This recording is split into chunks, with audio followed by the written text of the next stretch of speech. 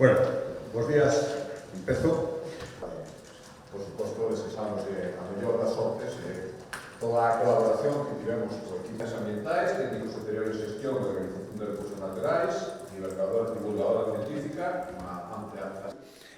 O primeiro, un balanzo, non exactamente un acordo, que presenta, pero moi ha caído nestas datas, a Consellería de Facenda, sobre as deducións as rebaixas fiscais que ten en marcha Galicia. Saben que este mércores empeza a campaña da renda.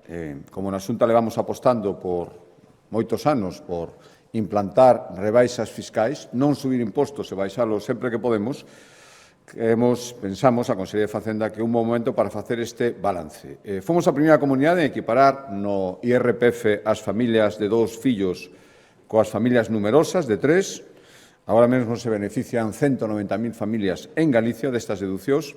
Siguen vixentes as deducións por nacemento, adopción e acollemento familiar. Tamén as rebaixas fiscais para os menores de 35 que vivan de alugueiro e para os propietarios que rehabiliten vivendas nos cascos históricos. Estos son algúns exemplos. En global, os datos os avaliados no Consello, por este informe que presenta a Consellería de Facenda, revelan que os beneficios fiscais aplicados pola Xunta de Galicia, contados solo dende o ano 2022, van permitir a cada contribuinte galego aforrar nesta campaña que empeza unha media de 473 euros por declaración.